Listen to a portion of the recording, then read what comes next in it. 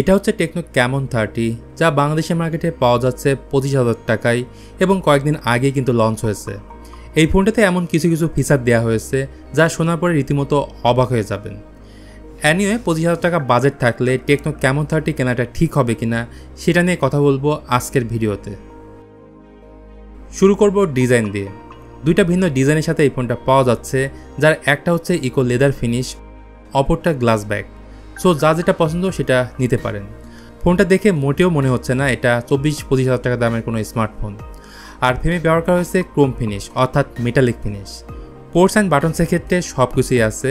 উপরে secondary noise cancelling mic, dual storage speaker, IR blaster.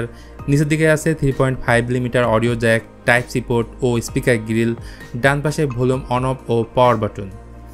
এছাড়া circular camera হাউজিংয়ের নিচে আছে এলইডি ফ্ল্যাশ লাইট এবং উপরে আছে রেড ডট অর্থাৎ স্মার্ট ব্লিঙ্কিং লাইট।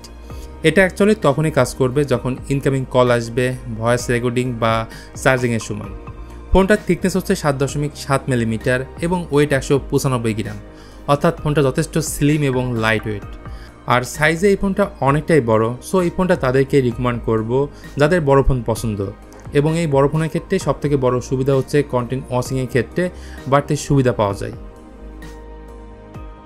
আমার কাছে এই ফোনের ডিসপ্লেটা একদমই পারফেক্ট মনে হয়েছে এবং দেখে বোঝার কোনো উপায় নেই এটা টেকনোর ফোন, যা সাধারণত ফ্ল্যাগশিপ ফোনে দেখে থাকি।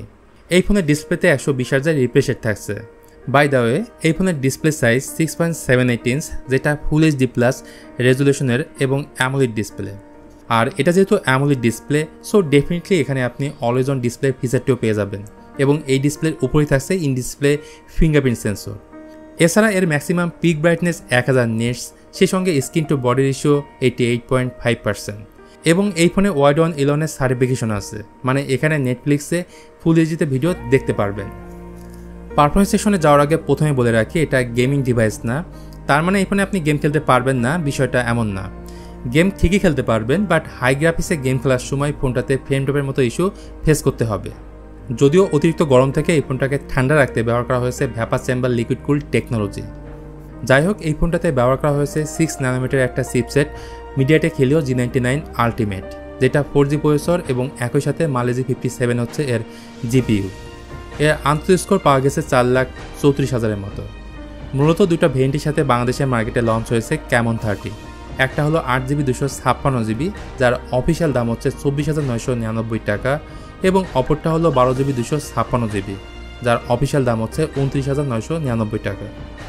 তো হেলিও G99 আলটিমেট বেশ পুরনো একটা প্রসেসর। এখানে ডায়মেনসিটি সিরিজের কোনো চিপসেট থাকলে অ্যাটলিস্ট 5G সাপোর্ট পাওয়া যেত। তো পূর্বের অভিজ্ঞতা থেকে বলতে পারি মাল্টিটাস্কিংয়ে অনেকগুলো অ্যাপ একই সাথে রান করতে পারবেন। অ্যাপ ওপেনিং, ক্লোজিং এবং গেম খেলার সময় বেস্ট আউটপুটটাই পাবেন। সাথে একটা টিপস দিতে পারি, বিল্ট ইন র্যামের সাথে থাকা ভার্চুয়াল র্যাম 8GB এবং 16GB যদি বাড়িয়ে নেন সেক্ষেত্রে ফোন অনেকটাই ফাস্ট হয়ে যাবে। এই ফোনের র্যামের টাইপ হচ্ছে LPDDR4X এবং স্টোরেজ টাইপ হিসেবে রয়েছে UFS 2.2। আর এটা যেহেতু টেকনোর ফোন, তাই এই ফোনে পাচ্ছেন iOS 14 বেসড অন অ্যান্ড্রয়েড 14। এছাড়া ভবিষ্যতে এই ফোনটাতে 3 বছরের সফটওয়্যার আপডেট পাওয়া যাবে, যেটা লং টাইম ফোন ব্যবহার করার ক্ষেত্রে অবশ্যই একটা এক্সট্রা প্লাস পয়েন্ট। যেহেতু এটা ক্যামন সিরিজের স্মার্টফোন, তাই ক্যামেরাতে স্পেশাল কিছু থাকবে, এটাই কিন্তু স্বাভাবিক। পেছনে আছে 50 মেগাপিক্সেলের প্রাইমারি ক্যামেরা এবং একটা 2 মেগাপিক্সেলের ডেপথ সেন্সর। আর ফ্রন্ট সেলফি ক্যামেরাটা হচ্ছে 50 মেগাপিক্সেলের। তো 50 মেগাপিক্সেলের প্রাইমারি ক্যামেরাকে আপনি আবার চাইলে 100 মেগাপিক্সেলে কনভার্ট করতে পারবেন, সেমন অপশনই দেওয়া হয়েছে।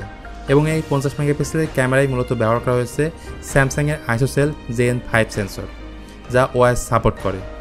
তবে আমি যেটা মিস করেছি আলট্রা ওয়াইড সেন্সর, যেটা থাকলে অবশ্যই ভালো হতো।